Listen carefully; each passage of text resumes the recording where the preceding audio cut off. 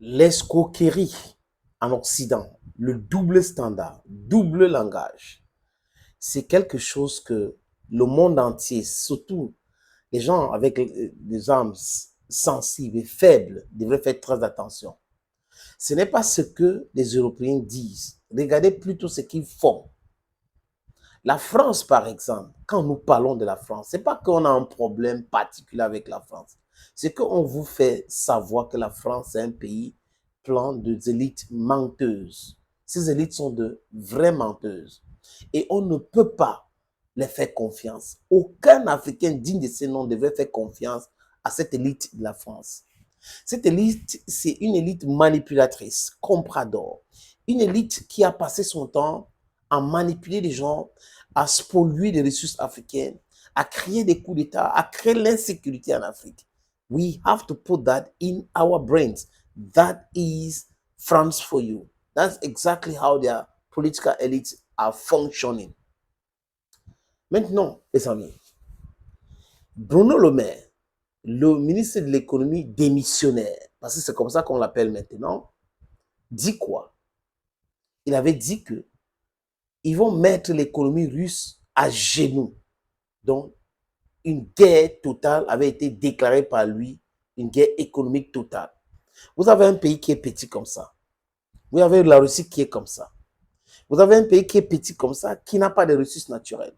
Vous avez un pays qui est petit comme ça, qui a passé son temps à spolier, à piller les ressources naturelles d'autres pays. Vous avez un pays qui est petit comme ça, qui a imposé la monnaie criminelle qu'on appelle franc CFA en Afrique. Grâce à ça, ce pays est en train de se targue d'être une puissance économique réelle. Vous regardez l'industrie dans ce pays. Vous regardez même du côté nucléaire. Les combustibles, les combustibles, uranium, ça vient d'ailleurs. Quand ce pays commence à avoir les problèmes avec le Niger, par exemple, parce qu'il passait son temps à la France à piller l'uranium au Niger, et il y a un criminel qui disait que la France n'a pas besoin de l'uranium du Niger. Alors, dernièrement, Orano, qui est le groupe qu'on a changé de nom, de façon cosmétique. Vous savez que la France adore les solutions cosmétiques. On est passé de Areva à Orano. Areva qui avait été accusé d'avoir fait beaucoup de choses pas commodes, pas catholiques. On change à Orano et on essaie de continuer like business as usual. Mais comme ça ne prospère pas, qu'est-ce qu'ils font, les amis? Qu'est-ce qu'ils font exactement? Ils pètent Orano. Aujourd'hui, on apprend que Orano a perdu, en dernier trimestre, là, 133 millions d'euros. On parle de milliards, des milliards, des milliards. Oui. Ils ont perdu tellement d'argent au Niger. Voilà un pays qui n'était pas important, leur uranium qui n'était pas important et tout cela. Et ce pays, qui est la France, dit quoi?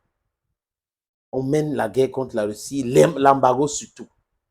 Et on a un Zelensky qui dit non, il faut faire attention pour que la Russie ne contourne pas les sanctions contre elle. Mais les amis, voilà donc une information. Les réacteurs nucléaires qui sont dans les pays de l'Europe de l'Est, gérés par Framatome, Framatome c'est la société française, cette mastodonte française qui fait dans le nucléaire, l'énergie nucléaire, est en train d'acheter les combustibles à Rosatom pour pouvoir alimenter les réacteurs dans beaucoup de pays en Europe de l'Est aujourd'hui. Est-ce que l'Ukraine ne voit pas cela? Ça, c'est ça. C'est-à-dire que c'est terrible. We are not, no, you cannot dupe us like that. Vous sanctionnez la Russie. Vous continuez d'acheter l'uranium de la Russie, l'uranium traité. Les États-Unis d'Amérique, les amis, est-ce que vous savez que les Américains continuent de faire les affaires avec la Russie? Est-ce que vous savez que les Européens continuent d'acheter le gaz de la Russie? Mais plus cher aujourd'hui parce que ça ne passe pas par le pipeline. Plus cher parce que c'est dans les bateaux. Ils continuent à le faire. Mais ils vont dire aux autres, non, embargo, vraiment n'achetez pas. Parce que le but, c'est quoi? C'est de faire prospérer l'économie aux dépens des économies des autres. Ils ont essayé avec l'Inde. L'Inde les a envoyés balader. Ils ont compris qu'avec la Chine, il ne faut pas essayer même. Parce que les Chinois pensent leur intérêt. Les Indiens pensent leur intérêt. Tout le monde dans le monde entier aujourd'hui devrait penser son intérêt. On ne peut pas piétiner nos intérêts pour les intérêts de la France, pour les intérêts de l'Europe, alors qu'eux-mêmes, ils ne piétineront jamais les intérêts pour nos intérêts. Quand ça les concerne, quand c'est pour faire tourner leur réacteur et tout, et que c'est la Russie qui a la matière première, l'expertise, les gars utilisent. Tranquillement, tranquille, les amis, ils utilisent.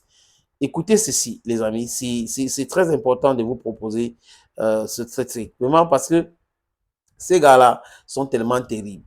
On dit cet étrange accord franco-russe pour alimenter en combustible les centrales nucléaires de l'Europe de l'Est.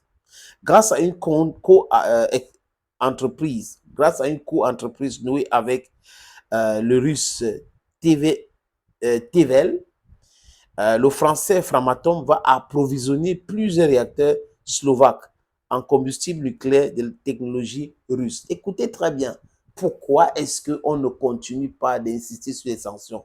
Pourquoi est-ce que Framatome doit signer un accord aux co-entreprises avec une entreprise russe alors qu'on est en train de dire que toutes les entreprises occidentales sont parties de la Russie? Franchement, on ne fait plus des affaires avec la Russie, on ne veut plus faire des affaires avec la Russie.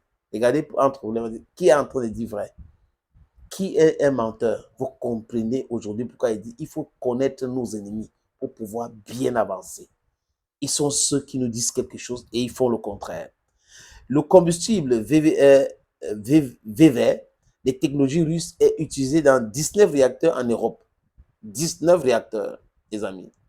Les relations entre l'Europe et la Russie en matière énergétique restent visiblement un domaine bien à part. 2 ans après le début de la guerre en Ukraine, le gaz russe continue d'arriver en Europe et la coopération entre la France et la Russie en matière d'énergie nucléaire se poursuit bas bruit.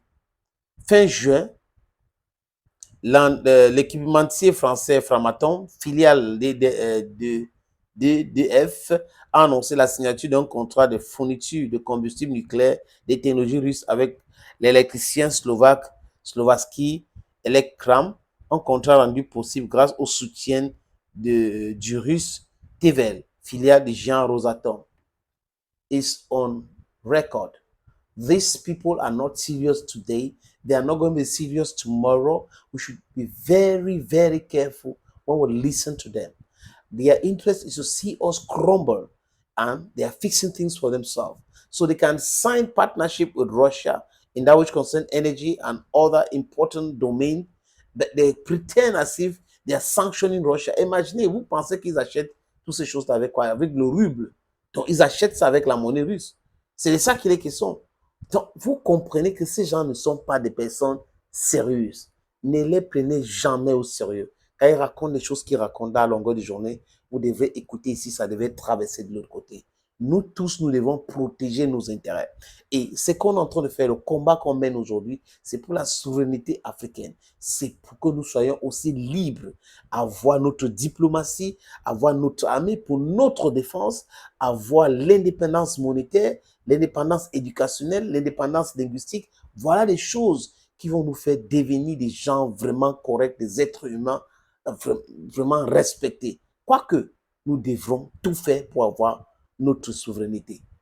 On ne doit pas rigoler avec cela. Parce qu'ils sont là en train de nous tromper. Ils trompent 7 ans. Mais aujourd'hui, heureusement, les amis, que nous sommes beaucoup nombreux qui disons non à cela, à cette manipulation. Thank you, friends. Thank you again. Be blessed and bye-bye.